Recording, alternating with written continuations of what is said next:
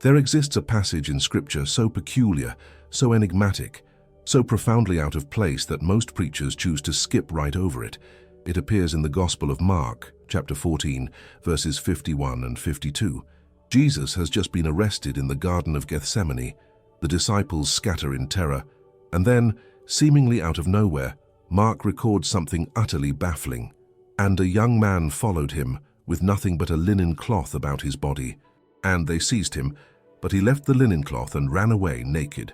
2 verses, nothing more, no explanation, no context, no name. Who was this young man? Why was he naked beneath a sheet in the dead of night? And why did Mark deem this seemingly absurd detail worthy of inclusion? Most troubling of all, no other gospel mentions this incident. Not Matthew, not Luke, not John, only Mark. Coincidence? Impossible.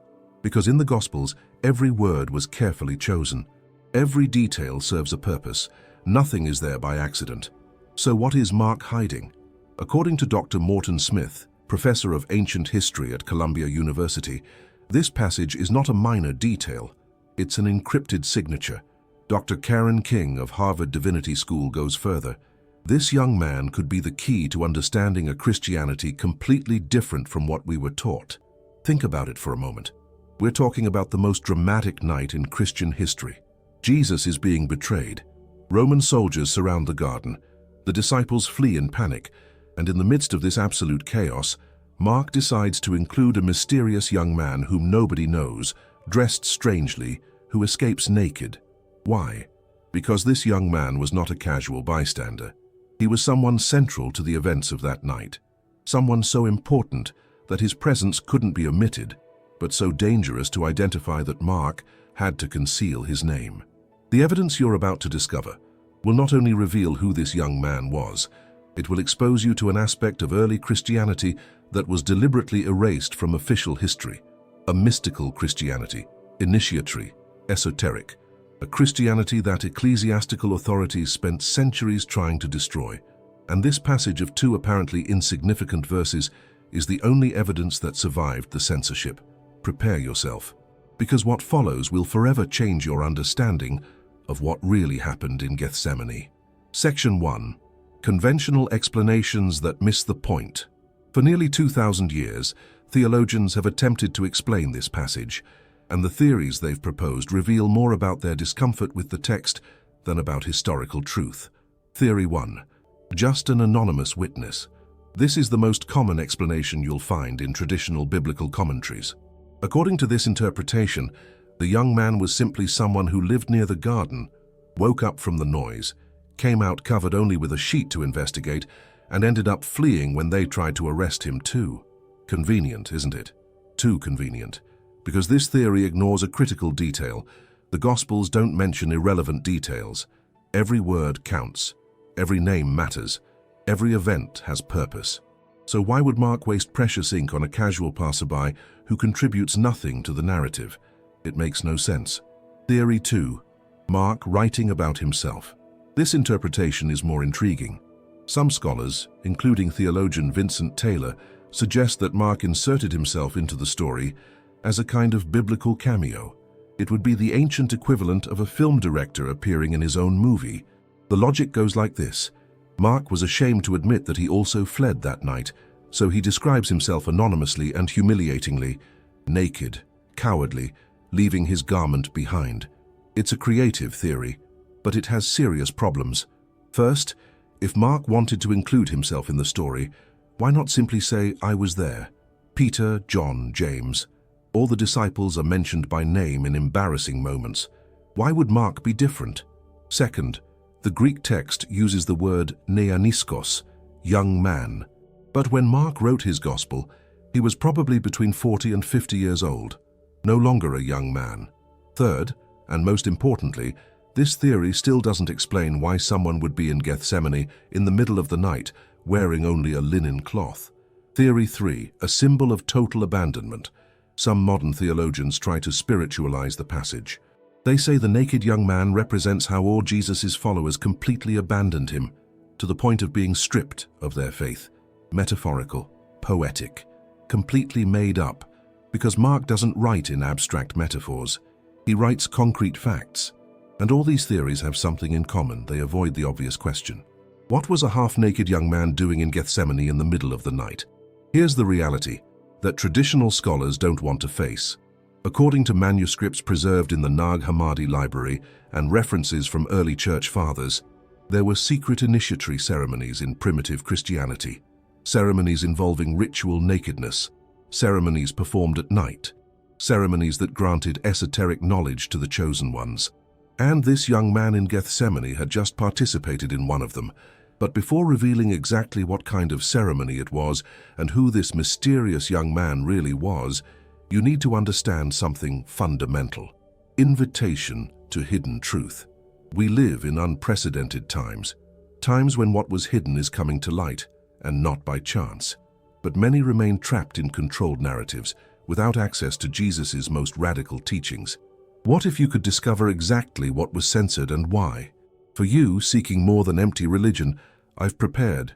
Why did the apostles hide Jesus' most dangerous words?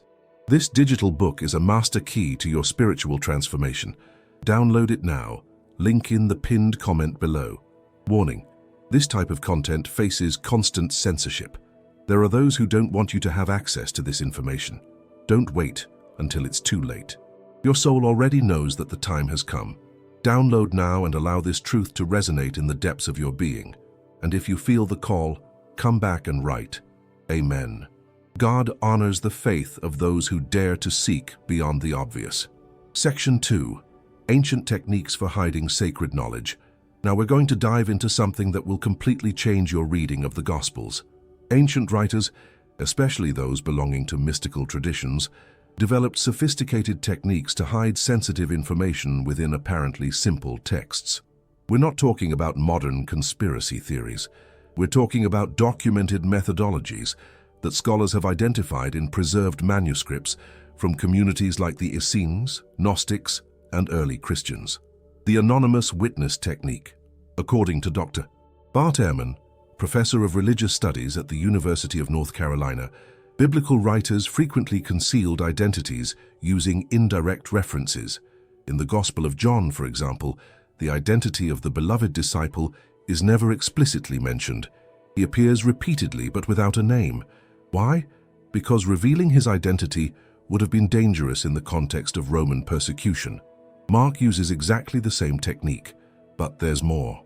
The strategic use of the word neaniskos. In Greek, the word Mark uses to describe the young man is neaniskos. This word appears only 3 times in the entire Gospel of Mark. First time, the naked young man in Gethsemane, Mark 14:51-52.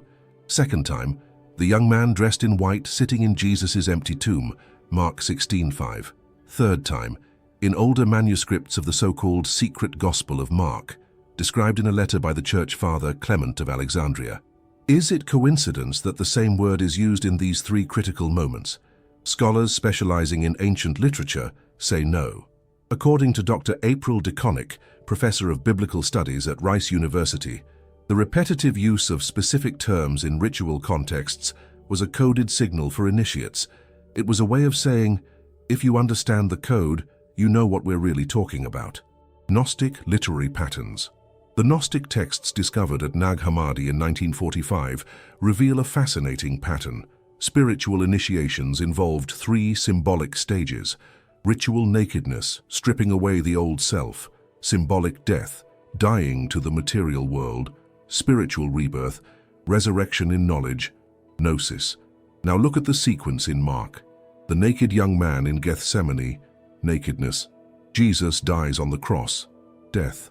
The young man dressed in white announces the resurrection, rebirth. This is not coincidence. It's an initiatory pattern preserved in narrative form. Why hide this? Because by the 4th century, when Emperor Constantine and the Council of Nicaea standardized Christianity, any reference to mystical or initiatory practices was considered heresy. Texts that mentioned them openly were burned. Christians who practiced them were persecuted. But Mark wrote his gospel decades before this systematic censorship, and he left clues, codes, signs, for those with eyes to see. The historical context that changed everything. According to the Dead Sea Scrolls, discovered at Qumran between 1947 and 1956, mystical Jewish communities of the 1st century practiced secret purification ceremonies. These ceremonies included nighttime ritual baths, ceremonial nakedness, secret spiritual instruction transmitted only to the pure ones. The Damascus document, one of the Qumran texts, explicitly mentions that these rituals had to be kept hidden from the sons of darkness. And where was Gethsemane? Less than 3 kilometers from Qumran, in the same region, in the same historical period, with the same ritual practices. Now everything starts to fit together, doesn't it? The naked young man was not a casual passerby, he was an initiate, someone who had just undergone a profound spiritual ceremony with Jesus. And when the soldiers arrived, he fled, not out of cowardice, but because revealing his identity would have exposed the entire network of secret teachings that Jesus transmitted to his closest disciples. But here's the question nobody wants to ask. If Jesus performed secret initiatory ceremonies, what else have they hidden from us about his real teachings? Did you know there are teachings of Jesus that never made it into the official Gospels? Let me know in the comments. I'm curious to discover how many already knew this truth. What you share here may open the eyes of those still walking in darkness.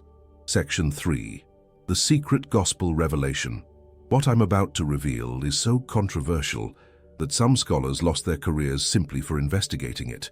In 1958, Professor Morton Smith of Columbia University was researching ancient manuscripts at the Mar Saba monastery near Jerusalem. There, hidden between the pages of a 17th century book, he found something explosive. A letter written by Clement of Alexandria, one of the most important church fathers of the 2nd century, describing the existence of a secret Gospel of Mark. Yes, you read that right. A secret gospel, written by the same Mark we know, but containing additional passages that were deliberately removed from the public version. What did this letter say? Clement explains that Mark wrote 2 Gospels. 1. The public gospel, for the masses of ordinary believers. 2. The secret gospel, for those who had been initiated into the deeper mysteries of the kingdom. According to Clement, Mark expanded his first gospel with more spiritual material for use by those being perfected in knowledge. And here comes the devastating part. Clement quotes verbatim a passage from the secret gospel that never appeared in the Bible, you know. The censored passage. According to Clement's letter, after Jesus raises Lazarus, yes, Lazarus, this fragment appeared in the secret Gospel of Mark. After 6 days, Jesus gave him instructions, and when evening came, the young man came to him wearing a linen cloth over his naked body, and he remained with him that night, for Jesus taught him the mystery of the kingdom of God. Read that again, slowly. A young man, a linen cloth over his naked body, a nighttime ceremony, secret teachings of the kingdom. Sound familiar? It's exactly the same description as the young man in Gethsemane, same Greek word, neaniskos, same clothing, linen cloth over naked body, same context, nighttime ceremony. This is not coincidence, it's the same young man. And this passage reveals something ecclesiastical authorities hid for 2,000 years. Jesus performed nighttime initiatory ceremonies where he transmitted the mysteries of the kingdom to select disciples. Why was this passage removed? Because by the 4th century, when Christianity became the official religion of the Roman Empire, any mention of secret teachings was unacceptable. Institutional Christianity needed to be uniform, public, controllable. There couldn't be 2 levels of teaching, one for the people and another for the initiates. That would have fractured the church's power structure. So, they eliminated the secret Gospel of Mark, burned copies. And for centuries, the world didn't even know it had existed, until Morton Smith found Clement's letter, the academic controversy. When Smith published his discovery in 1973, it triggered an earthquake in biblical studies.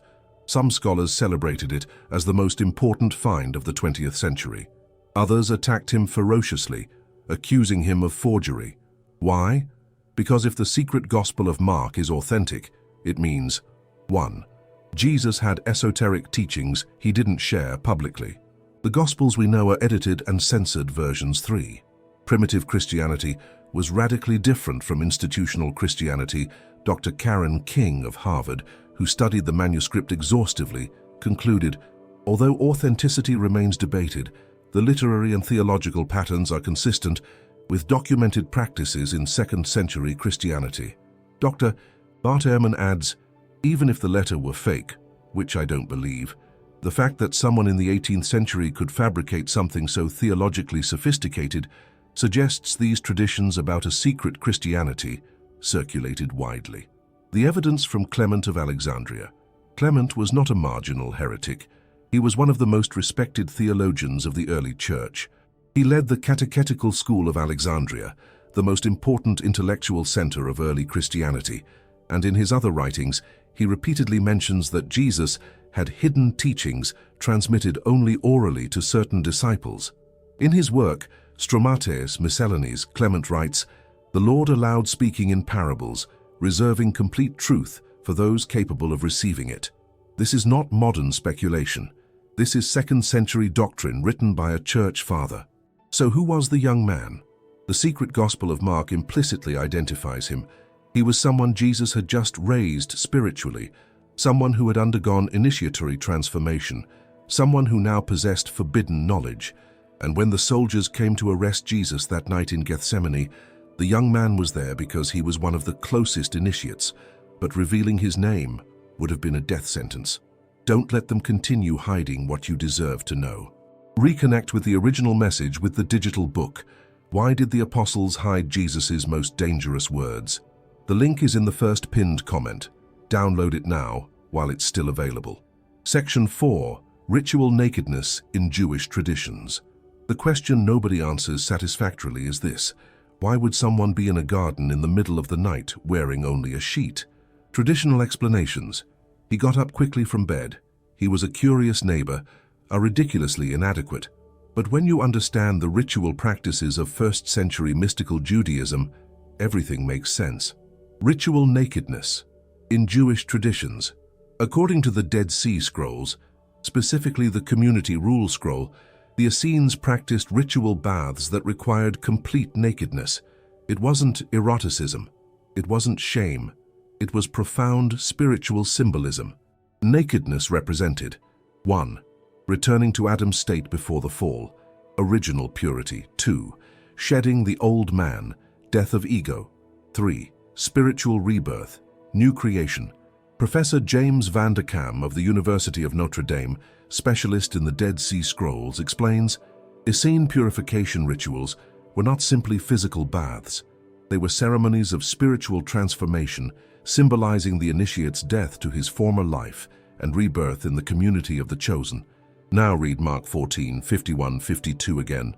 A young man followed him, with nothing but a linen cloth about his body. It doesn't say he was dressed in a sheet. It says, covered with a sheet over his naked body. That's the exact description of someone who has just emerged from a purification ritual. Baptism.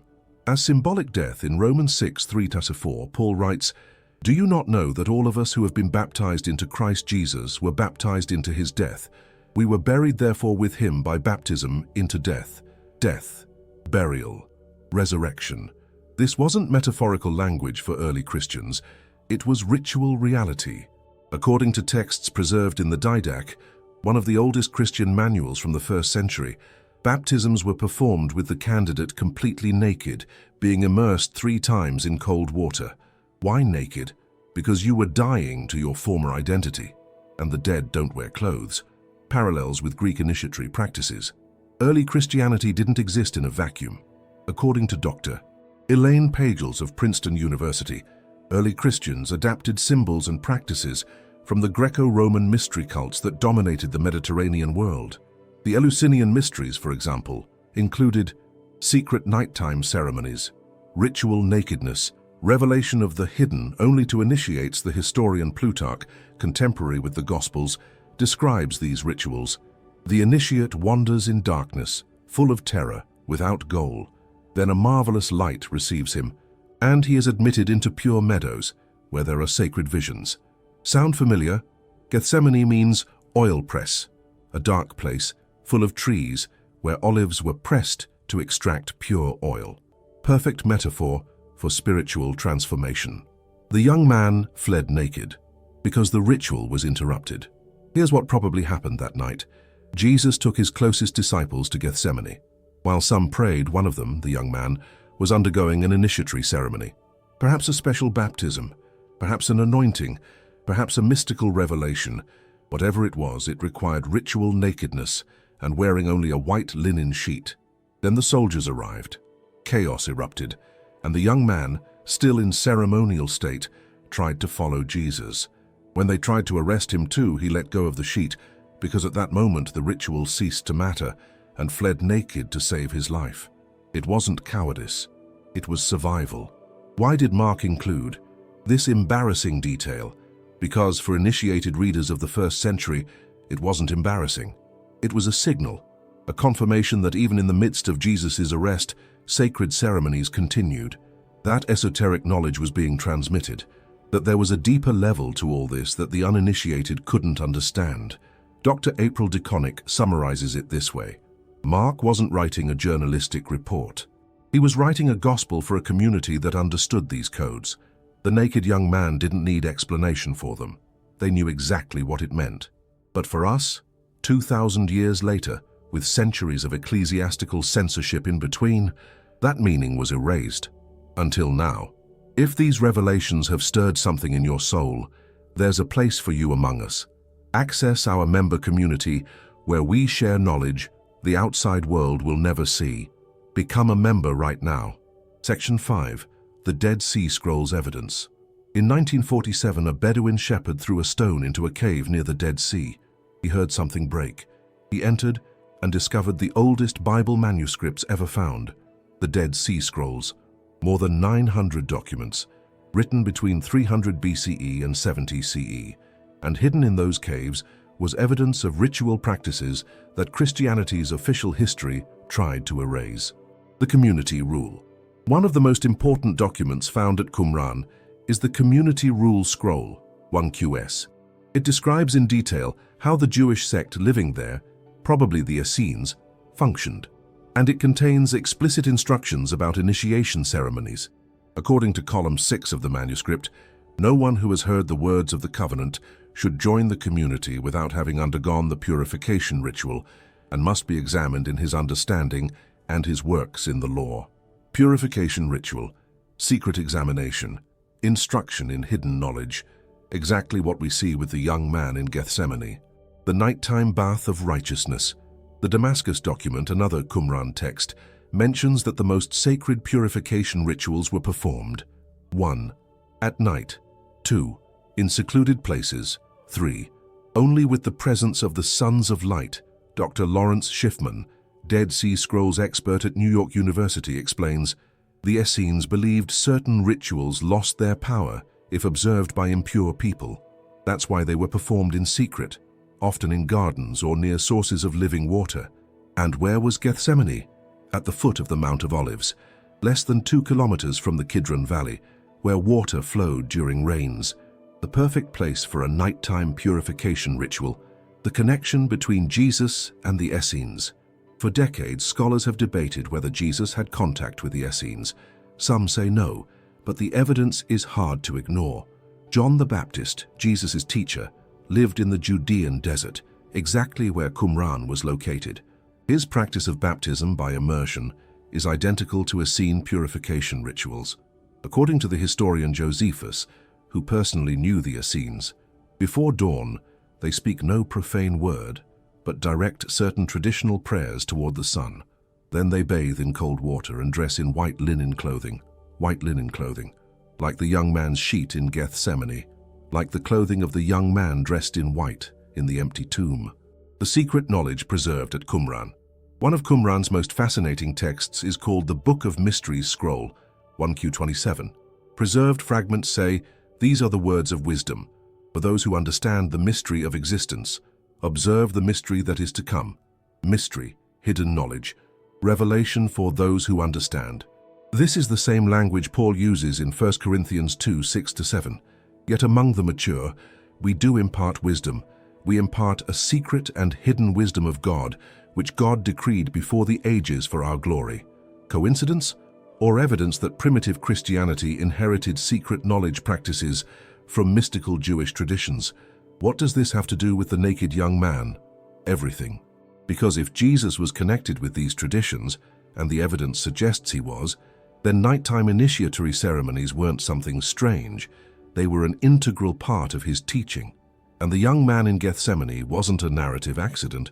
He was the only evidence that survived the later censorship of a complete aspect of Jesus' ministry, a ministry that included secret teachings, transformation rituals, gradual initiation into the mysteries of the kingdom. And when Christianity was institutionalized in the 4th century, all this was eliminated, erased, forgotten. Except for 2 verses in Mark that nobody knew how to explain. You no longer have to live with doubts and half-truths. Free yourself with the digital book. Why did the apostles hide Jesus' most dangerous words? The link is in the first pinned comment. Download it now, before it's too late. Section 6. The Lazarus Connection. Now we're going to explore a theory that, if correct, will completely rewrite your understanding of the New Testament. What if the naked young man in Gethsemane were the same person as the young man dressed in white in Jesus' empty tomb? And even more explosive, what if both were Lazarus? I know it sounds radical, but hear the evidence before dismissing it. The mystery of Lazarus in the Gospels. Lazarus is one of the most enigmatic characters in the New Testament. In the Gospel of John, he's the protagonist of one of Jesus' most spectacular miracles, his resurrection from the dead. But here's what's strange. None of the other Gospels mention Lazarus. Not Mark, not Matthew, not Luke, only John. How is it possible that Jesus' most impressive miracle, raising someone who had been dead 4 days, doesn't appear in the other 3 Gospels? Scholars have debated this for centuries, and traditional theories make no sense, but there's an explanation that fits perfectly. Lazarus does appear in the other Gospels, just under another name, or without a name at all. The linguistic evidence, remember the Greek word Mark uses for the naked young man, neaniskos. Now look at John 11:11, when Jesus speaks of Lazarus. In Greek, it doesn't say, "Our friend Lazarus has died." It says, "Lazarus, our friend, sleeps." And when Jesus arrives at the tomb, John 11:44 says, "The man who had died came out, his hands and feet bound with linen strips, and his face wrapped with a cloth." Linen strips, cloth, wrapped in white fabric. Now jump to Mark 16:5, the empty tomb. And entering the tomb, they saw a young man, neaniskos, sitting on the right side, dressed in a white robe. Same Greek term, same description of white clothing, same connection with death and resurrection. Dr. Richard Baucham's theory. Dr. Richard Baucham, Professor Emeritus of New Testament at the University of St. Andrews, proposes something fascinating. The beloved disciple in the Gospel of John, who is never named directly, is probably Lazarus, and the references to the young man in Mark could be the same person preserved in coded form. Why coded? Because revealing his identity would have been dangerous. John 12:10-11 confirms it. So the chief priests made plans to put Lazarus to death as well, because on account of him, many of the Jews were going away and believing in Jesus. Lazarus had a death warrant over his head. Mentioning him openly in a gospel would have endangered not only his life, but that of his entire family. So Mark hides him. John hides him differently, but both speak of the same person. The pattern of 3 appearances. Look at this fascinating pattern.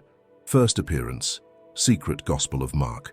A young man wearing a linen sheet, naked underneath, receiving nighttime teachings from Jesus after being raised spiritually. Second appearance, Mark 14:51-52. The same young man with the same clothing, present at Jesus' arrest. Third appearance, Mark 16:5. A young man dressed in white, sitting in the empty tomb, announcing the resurrection. Notice the progression? 1. Spiritual initiation, death of the old self. 2.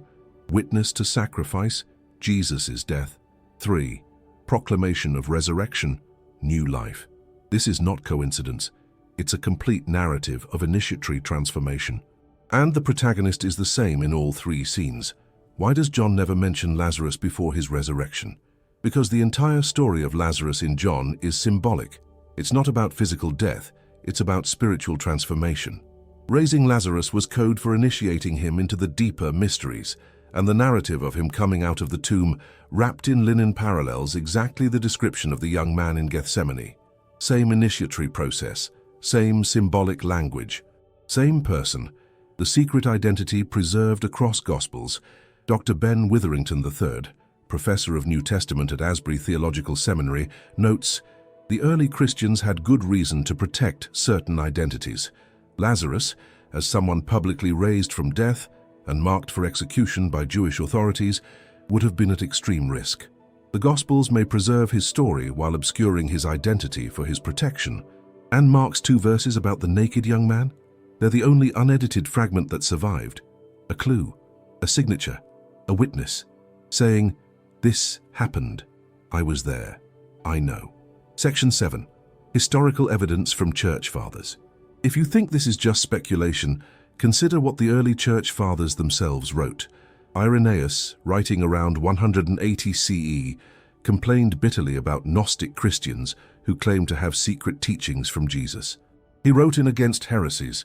They claimed Jesus spoke to his disciples in private, revealing mysteries not given to the masses. They performed certain initiations and claimed to possess a gnosis superior to that of the Church. Tertullian, another Church Father from around 200 CE, was even more explicit. The heretics say they have additional Gospels, containing teachings that Jesus gave only to certain chosen disciples in secret ceremonies. Hippolytus of Rome documented initiation rituals in refutation of all heresies. They perform a baptism at night, where the initiate removes all clothing and is submerged while words of power are spoken over them. These aren't modern inventions. These are testimonies from people desperately trying to suppress these practices, and their very denunciations prove such practices existed. The baptism connection. Early Christian baptism was not the brief ritual we know today. According to the Didache, one of the oldest Christian texts outside the Bible, dating to around 100 CE, first, you shall fast, then, the one to be baptized shall remove all garments and enter the water. The baptizer shall say the sacred words and immerse them completely 3 times. Complete nakedness, nighttime ceremony, sacred words spoken. Triple immersion, symbolizing death and resurrection.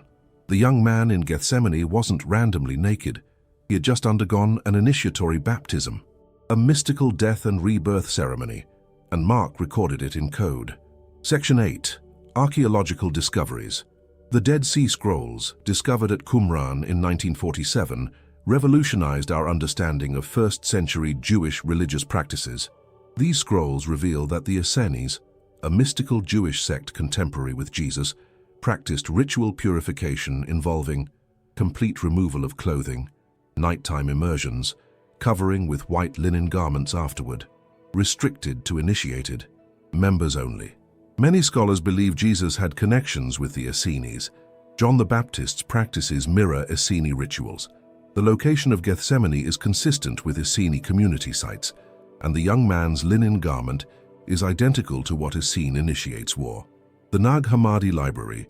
In December 1945, an Egyptian peasant named Muhammad Ali al-Saman discovered a sealed jar containing 13 leather-bound codices near the town of Nag Hammadi. These books contained over 50 texts, Gospels, Revelations, and teachings that had been banned and buried around 400 CE. Among them, the Gospel of Thomas, containing 114 sayings of Jesus not found in canonical Gospels, the Gospel of Philip, describing sacred ceremonies and mysteries, the Secret Book of John, detailing cosmology and mystical teachings, the Gospel of Truth, emphasizing direct spiritual knowledge. These texts consistently describe a Christianity based on personal, mystical experience, direct communion with the divine, initiatory ceremonies, knowledge, gnosis, as the path to salvation. Dr. Elaine Pagels, one of the world's leading scholars on these texts, writes, "The Nag Hammadi texts show us a Christianity radically different from what became orthodox. These early Christians believed salvation came through self-knowledge and direct spiritual experience, not through institutional authority. And the young man in Gethsemane represents exactly this type of Christianity." Section 9. Symbols hidden in plain sight. Let's examine the symbolic elements Mark embedded in these 2 verses. The linen cloth. The Greek word Mark uses is sindon, a fine linen cloth. This exact same word appears in only 2 other places in Mark's Gospel, When Joseph of Arimathea wraps Jesus' body in a linen cloth, Mark 15:46. When the women find the linen cloths in the empty tomb, Mark 16:6. Death, burial, resurrection. The young man's linen cloth connects him directly to Jesus' death and resurrection. He's not a random bystander. He's part of the sacred narrative, symbolically dying and rising with Christ. The nakedness. In ancient mystery religions, ritual nakedness represented vulnerability before the divine, shedding of the old identity, return to primordial innocence, spiritual rebirth. Paul, in Colossians 2:11-12, explicitly connects baptism with spiritual circumcision, stripping away the old self. In early Christian baptismal practices, candidates removed all clothing before immersion. The young man's nakedness wasn't shameful. It was sacred. The flight. When the soldiers try to seize him, he flees, leaving the linen cloth behind. This mirrors the resurrection narrative. Jesus leaves behind his grave clothes and emerges transformed. The young man leaves behind his garment and escapes. Both represent liberation from death. Both symbolize spiritual transformation. Section 10, the identity question. Based on all the evidence, who was this mysterious figure? The most compelling theory, supported by both textual and historical evidence, is that the young man was John Mark himself, the author of the Gospel. Here's why. Reason 1. The house connection. According to Acts 12:12, the early Christians met in the house of Mary, the mother of John Mark. Many scholars believe the Last Supper took place in this same house. After the Passover meal, Jesus and the disciples went to Gethsemane. If Mark lived nearby and heard the commotion, it makes perfect sense that he would follow them. Reason 2. The age match. The Gospel calls him a neaniskos, a young man, typically someone between ages 15 and 25. Historical records suggest Mark was in his late teens or early 20s during Jesus' ministry. The age fits perfectly. Reason 3. The literary signature. Ancient writers sometimes included themselves anonymously in their works. John's Gospel does this with the beloved disciple. Mark does it here, leaving a cryptic self-reference that only insiders would understand. Reason 4. The secret gospel evidence. Remember the secret gospel passage where Jesus raises a young man and teaches him the mystery of the kingdom while wearing only a linen cloth. That young man is likely the same person. Someone who experienced spiritual death and resurrection, received secret teachings from Jesus, participated in nighttime initiatory ceremonies, was present at critical moments. Later wrote down the gospel account. Mark was that person. Reason 5. The connection. To Peter, early church tradition consistently states that Mark's gospel is based on Peter's testimony. Papias, writing around 110 CE, says, Mark, having become the interpreter of Peter, wrote down accurately everything that he remembered. But how would Mark remember details about Gethsemane if he was just transcribing Peter's memories, unless he was there himself, and included this detail as evidence of his eyewitness testimony? Section 11. Why the cover-up? If Mark was the young man, why hide his identity? 3 compelling reasons. Reason 1. Personal safety. In the 1st century, Jesus' followers faced severe persecution. Openly identifying himself as an eyewitness to the arrest could lead to his own arrest. So Mark described himself in 3rd person, without a name, in a way only initiates would understand. Reason 2. Protection of sacred teachings. Explicitly revealing that Jesus performed initiatory ceremonies would have exposed the entire esoteric knowledge system to persecution. Better to encode it, visible only to those with eyes to see. Reason 3. Initiatory humility. In mystical traditions, those who have reached higher levels of knowledge don't boast. They don't seek recognition. They hide behind anonymity. Mark was following that tradition. Section 12. What this means for Christianity today. You might think, okay, this is historically fascinating, but what does it matter 2,000 years later? It matters more than you can imagine, because this discovery exposes something fundamental. You have been given an incomplete version of Christianity, a version that emphasizes obedience over transformation, intermediaries over direct experience, dogma over spiritual awakening, control over freedom. But original Christianity was different. It was mystical, experiential, transformative, And Jesus didn't come to found a religious institution. He came to awaken the divinity that already exists within you. The two-tier system. Early Christianity operated on two levels. Level 1, public teachings, parables and stories for the masses, basic moral teachings, external rituals and practices.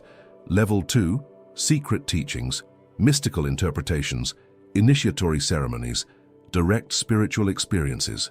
Advanced knowledge reserved for the prepared Jesus himself, says in Mark 4:11. To you has been given the secret of the kingdom of God, but for those outside, everything is in parables. There were secrets, there were mysteries, there were teachings given only to the initiated, and those levels are still available to you. Not because you're special or chosen, but because you're willing to seek. Your direct access to original teachings. Here's what's beautiful. Although they destroyed entire libraries, although they burned complete gospels, although they censored references for centuries, they couldn't eliminate everything. The Dead Sea Scrolls survived in caves. The Nag Hammadi library was buried in clay jars. Letters from church fathers preserved fragments, and the passage of the naked young man remained hidden in Mark's gospel. Today, for the first time in 1700 years, you have access to these texts. You can read them, you can study them, you can discover for yourself what Jesus really taught, without intermediaries, without censorship, without institutional control. The call to personal awakening. This isn't just historical information. It's an invitation to experience what that young man experienced in Gethsemane: profound transformation, death of the old self, spiritual rebirth, direct knowledge of the divine, not through external rituals, not through blind obedience, but through your own sincere seeking. Dr. Elaine Pagels expresses it perfectly. The message of the Gnostic Gospels is not, believe in Jesus and you will be saved.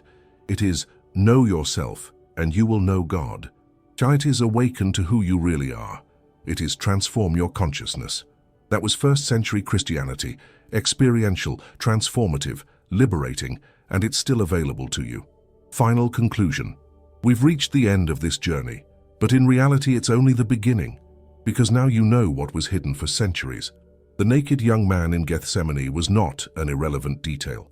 He was evidence of a completely different Christianity, a Christianity that included secret initiatory ceremonies, esoteric teachings reserved for the prepared, profound spiritual transformation, direct access to mystical experiences, and all of this was deliberately erased from history.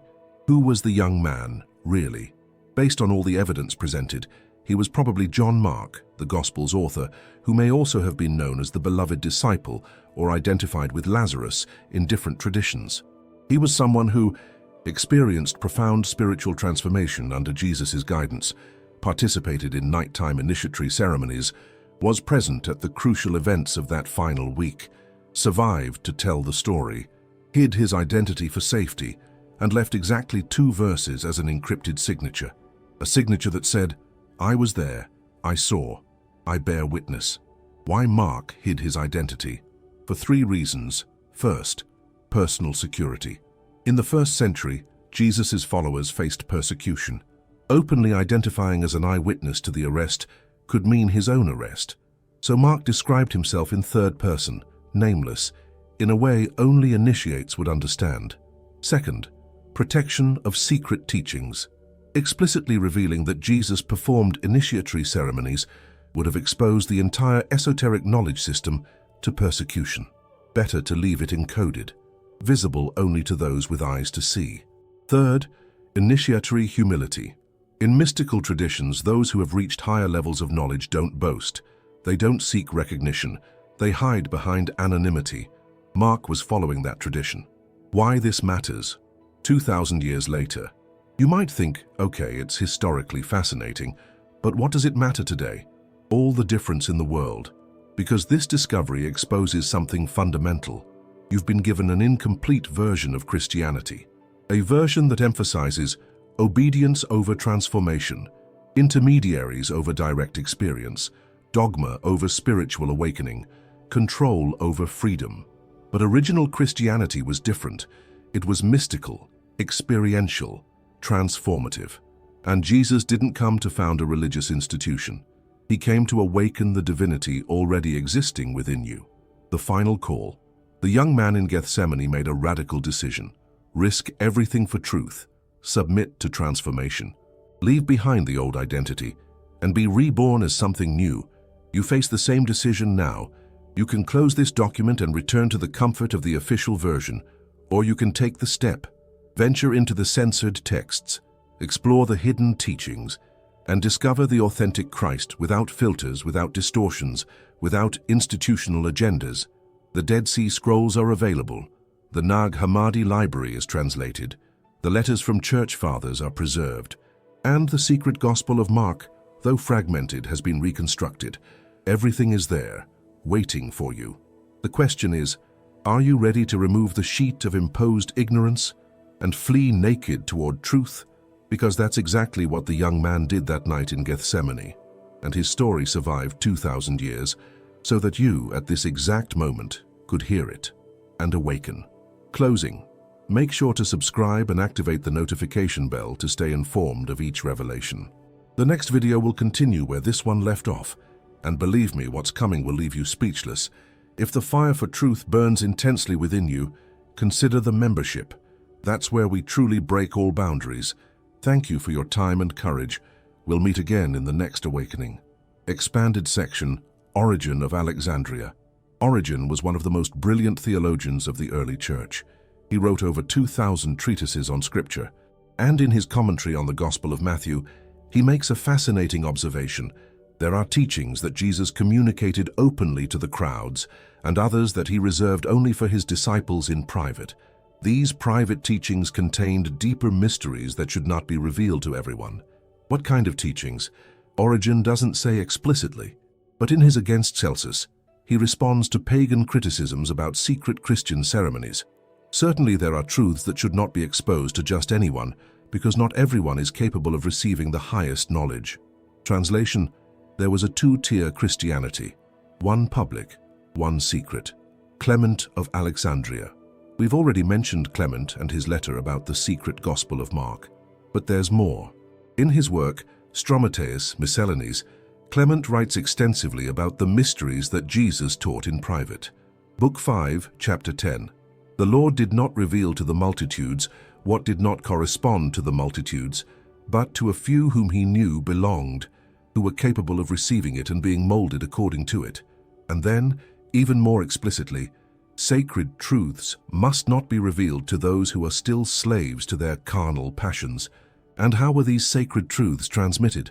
According to Clement, through oral tradition and initiatory ceremonies reserved for the perfect. Initiatory ceremonies, like the one with the young man in Gethsemane, Eusebius of Caesarea. Eusebius is known as the father of church history. His work, Ecclesiastical History, is the primary source on early Christianity, and in it, Eusebius mentions that unpublished Gospels existed circulating among certain Christian communities. Book 3, Chapter 25. Among the disputed writings are found certain Gospels used only by some groups, which contain more advanced teachings. More advanced in what sense? Eusebius doesn't elaborate, but it's clear he knew of additional texts that weren't included in the official canon, texts like the secret Gospel of Mark. Why were these references cleaned out? When Emperor Constantine convened the Council of Nicaea in 325 CE, his objective was clear: unify Christianity under a standardized doctrine. There couldn't be multiple versions of truth. There couldn't be secret teachings accessible only to some. So decisions were made. 1. They defined which books were inspired and which were heretical. 2. They burned texts that contradicted the official line. 3. They edited works of the Church Fathers to remove problematic references. According to historian Ramsay MacMullen, professor emeritus at Yale University, the evidence suggests there was a systematic campaign in the 4th and 5th centuries to eliminate references to mystical practices within early Christianity. Origen's complete works were repeatedly burned, Clement's writings were conveniently lost, and references to initiatory ceremonies disappeared from official history. But not completely, because some fragments survived, hidden in monastic libraries, preserved in quotations from other authors, discovered centuries later in desert caves, and when you put them all together, the pattern is undeniable. Early Christianity was radically different from what we know today, and the naked young man in Gethsemane wasn't a strange detail. He was evidence of a complete aspect of the faith that was deliberately erased. Don't wait any longer to access what they've denied you for years. Free your mind with the digital book, Why Did the Apostles Hide Jesus' Most Dangerous Words? The link is in the first pinned comment. Download it now, before they delete it forever.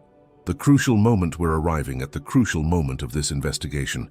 All the puzzle pieces are on the table. Now it's time to assemble the complete picture. Who was really the naked young man in Gethsemane? Based on all the evidence presented, there are three main candidates. 1. Mark himself, writing himself into the story. 2. Lazarus, the disciple who had been raised. 3. John, the beloved disciple who is never directly named. But there's a fourth possibility that unifies all the previous ones. They were the same person. Let me explain. The multiple identity theory, Dr. James Tabor, professor of religious studies at the University of North Carolina at Charlotte, proposes something revolutionary. In the ancient world, especially in initiatory contexts, it was common for people to adopt new names after transformative experiences.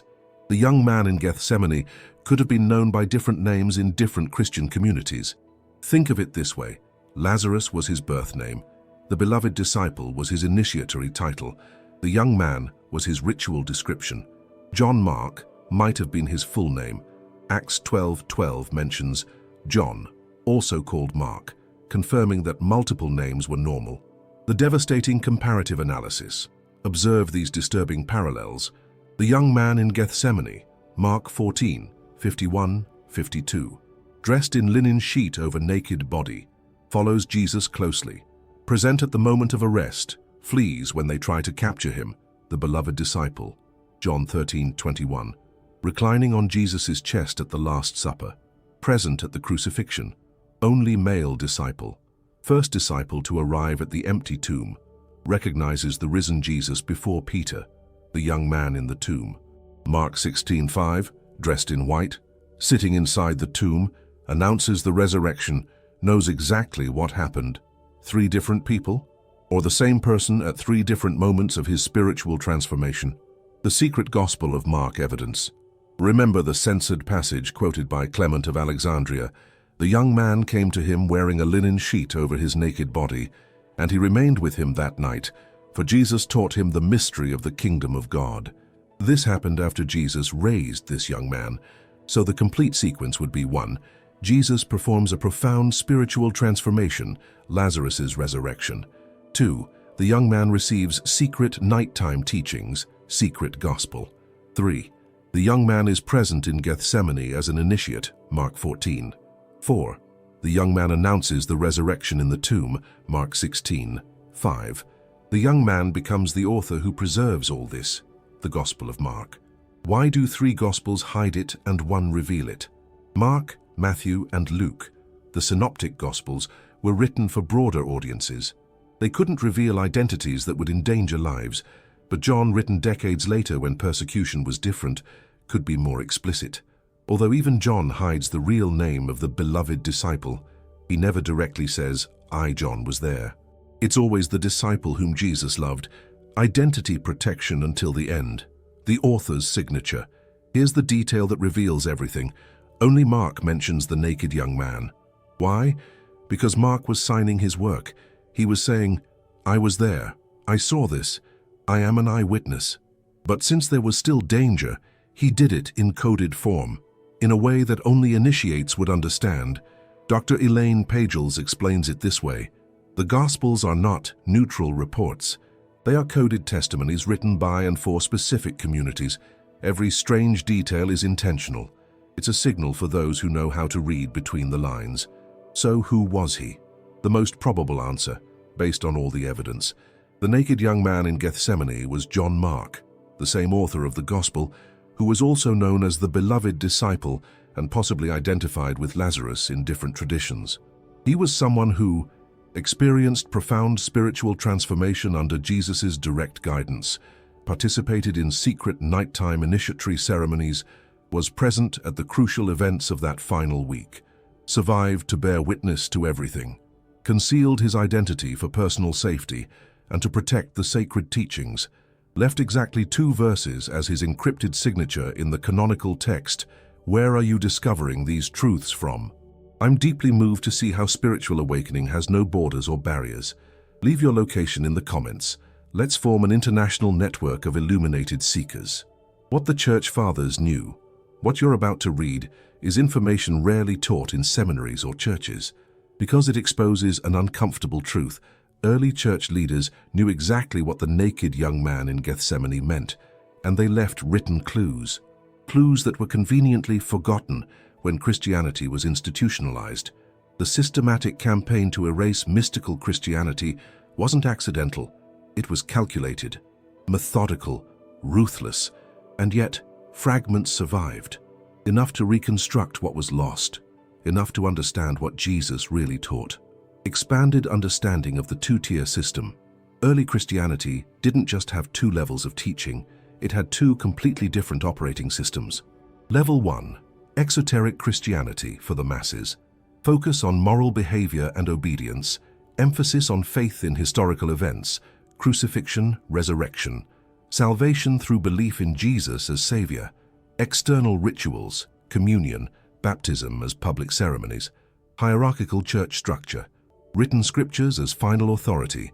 Level 2, esoteric Christianity for initiates. Focus on inner transformation and direct experience, emphasis on mystical union with the divine. Salvation through gnosis, direct spiritual knowledge, internal practices, meditation, contemplation, sacred ceremonies, horizontal community of seekers. Living transmission from teacher to student. Jesus himself encoded this 2-tier system throughout his teachings.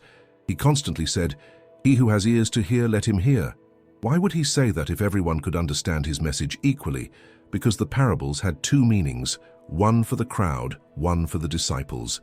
Matthew 13:10-11 makes this explicit. Then the disciples came and said to him, "Why do you speak to them in parables?" And he answered them, "To you it has been given to know the secrets of the kingdom of heaven, but to them it has not been given." Secrets of the kingdom, given to some, withheld from others. This isn't elitism. It's recognition that spiritual readiness varies. Not everyone is prepared for the deepest teachings. And forcing advanced knowledge on unprepared minds can cause harm. The transformation process. The initiatory path that the young man in Gethsemane underwent wasn't a one-time event. It was a process, a journey of progressive revelation. Stage 1, the call. Something awakens in you, a dissatisfaction with surface-level religion, a hunger for something deeper, a recognition that there must be more. Stage 2, purification, ritual cleansing, both physical and spiritual, fasting, prayer, meditation, confronting your shadow, dying to the old identity. This is where the nakedness in Gethsemane fits, the stripping away of everything false. Stage 3, illumination, direct spiritual experience, mystical visions, revelations. The secrets of the kingdom are unveiled. This is what happened in that nighttime ceremony with Jesus. Stage 4, union, complete identification with the divine. The realization that I and the Father are one applies to you too. Not blasphemy, not ego, truth. This is the ultimate gnosis. Stage 5, return, coming back to serve others. Like the young man announcing the resurrection, like Mark writing the gospel, bearing witness, leaving clues, guiding others on the path. The young man in Gethsemane had completed these stages. That's why he was there, that's why he was naked, that's why he fled when threatened, and that's why he returned to announce the resurrection. He had become what he witnessed. What this means for your journey. You don't need to go to Gethsemane, you don't need a physical teacher, you don't need to join a secret society. The path is available right now, right where you are. The Dead Sea Scrolls can be read online. The Nag Hammadi library is fully translated. The writings of the Church Fathers are accessible. You can begin your own initiation today, through study, through practice, through sincere seeking. The only requirement is genuine desire for truth, not comfort, not certainty, truth. Are you ready? The living tradition. Here's something most people don't realize. The mystical Christianity that Jesus taught never completely died. It went underground. It survived in desert monastics who practiced contemplative prayer, medieval mystics like Meister Eckhart and Hildegard of Bingen, Eastern Orthodox hesychasm with its focus on inner transformation, Christian Kabbalah and its esoteric interpretations, Gnostic communities that preserved alternative texts, individual seekers across centuries who found the inner path.